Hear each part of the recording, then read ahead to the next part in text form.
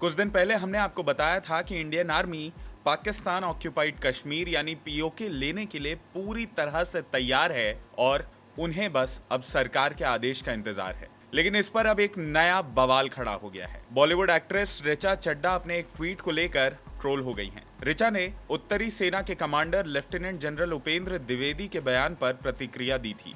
ये वही बयान था जिसमें उपेंद्र द्विवेदी ने कहा था कि सेना पीओके लेने के लिए पूरी तरह से तैयार है। बॉलीवुड एक्ट्रेस ऋचा चड्ढा ने सेना के इस अधिकारी के बयान के ट्वीट को रीट्वीट करते हुए लिखा, गालवान सेज हाय। जैसे ही उन्होंने ये ट्वीट किया, सोशल मीडिया पर हंगामा मच गया। सोशल मीडिया यूजर्स ने भारत और चीन के बीच साल 2020 में हुई झड़प को लेकर अपमान करने के लिए ऋचा चड्ढा की आलोचना शुरू कर दी। लोगों ने लिखा कि हमारे गालवान में शहीद हुए हमारे जवानों का मजाक बनाया जा रहा है। हालांकि हंगामा बढ़ता हुआ देख बाद में ऋचा चड्ढा ने इस ट्वीट को डिलीट कर दिया और माफी भी मांगी। ऋचा ने इसको लेकर माफी मांगते हुए कहा कि ट्वीट से मेरा उद्देश्य सेना का अपमान करना नहीं था। मेरे 3 शब्दों को विवाद में घसीटा गया। अगर किसी को भी बुरा लगा हो तो मैं माफी चाहती हूँ। उन्होंने कहा कि मेरे नाना जी खुद फौज में थे और लेफ्टिनेंट कर्नल की पोस्ट पर थे। भारत चीन युद्ध में उनके पैर में गोली लगी थी। मेरे मामा जी भी पैराट्रूपर थे। ये मेरे खून में है। अगर सेना में कोई शहीद होता है तो उससे पूरा परिवार प्रभावित होता है। यहाँ तक कि अगर कोई सेना में घायल होता है तो भी दर्दनाक होता है। ये मेरे लिए एक भावनात्मक मुद्दा है। लेकिन ये बवाल इतना जल्दी कहाँ शांत होने वाला था।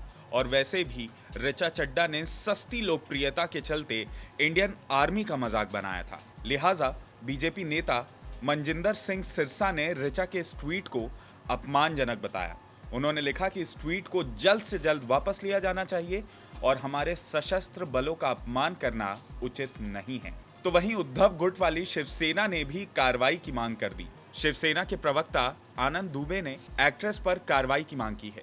आनंद दुबे ने कहा कि एक्ट्रेस ऋचा चड्ढा ने अपने ट्वीट में गालवान घाटी को घसीटते हुए मजाक बनाया है। मैं मुख्यमंत्री और गृह मंत्री से इस पर कड़ी कार्रवाई करने की मांग करता हूं। राष्ट्र विरोधी ट्वीट करने वाले ऐसे अभिनेताओं पर प्रतिबंध लगाया जाना चाहिए। ऋचा चड्ढा के ट्वीट को लेकर सुप्रीम कोर्ट के वकील विनीत जिंदल ने दिल्ली पुलिस से शिकायत की है। सेना पर विवादित टिप्पणी करने के मामले में एक्ट्रेस पर एफआईआर दर्ज करने की मांग की गई है। हालांकि अब ऋचा चड्ढा ने अपना ट्वीट डिलीट कर दिया है। चलिए तो आपको बता देते हैं कि उत्तरी सेना के कमांडर उपेंद्र द्विवेदी ने क्या कहा था। उत्तरी सेना के कमांडर उपेंद्र द्विवेदी ने कहा कि सरकार के आदेश पर हम कोई भी कार्रवाई करने को तैयार हैं।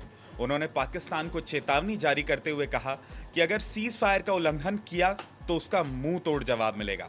दोनों देशों की जिम्मेदारी है कि सीमा पर शांति बनी रहे, लेकिन अगर पाकिस्तान कोई कदम उठाएगा तो उसे अंजाम भुगतने के लिए तैयार रहना होगा।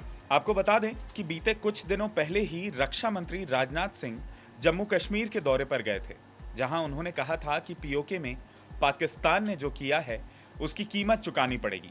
पाकिस्तान अपने कब्जे वाले कश्मीर में लोगों पर अत्याचार कर रहा है और इसे उसके परिणाम भुगतने होंगे। उन्होंने आगे कहा कि हमने कश्मीर का विकास कार्य शुरू कर दिया है, लेकिन हम तब तक नहीं रुकेंगे जब तक हम गिलगित बाल्टिस्तान नहीं पहुंच जाते। हालांकि आप में से ज्यादातर लोगों को याद ही होगा कि गालवान घाटी में क्या हुआ था, लेकिन फिर भी लोगों की जानकारी के लिए बता दें कि 15 जून की रात को गालवान घाटी में भारत और चीन की सेना के बीच हिंसक झड़प हुई थी। इसमें भारतीय सेना के कर्नल संतोष बाबू समेत 20 जवान शहीद हो गए थे। सूत्रों के मुताबिक इस हिंसक झड़प में चीन के करीब 40 जवान भी मारे गए थे।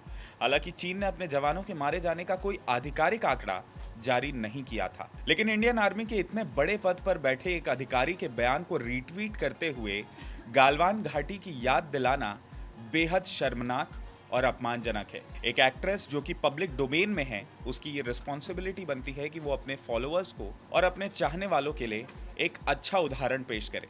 लेकिन अपनी ही इंडियन आर्मी के लिए इस प्रकार के बयान जारी करना आपकी नज़रों में क्या सही है या गलत, आप हमें कमेंट करके ज़रूर बताएं। अगर आपको ये वीडियो पसंद आया हो तो इसे लाइक और शेयर करना ना भूलें और IBC 24 के YouTube चैनल खबर विभाग को ज़रूर सब्सक्राइब करें। नमस्कार।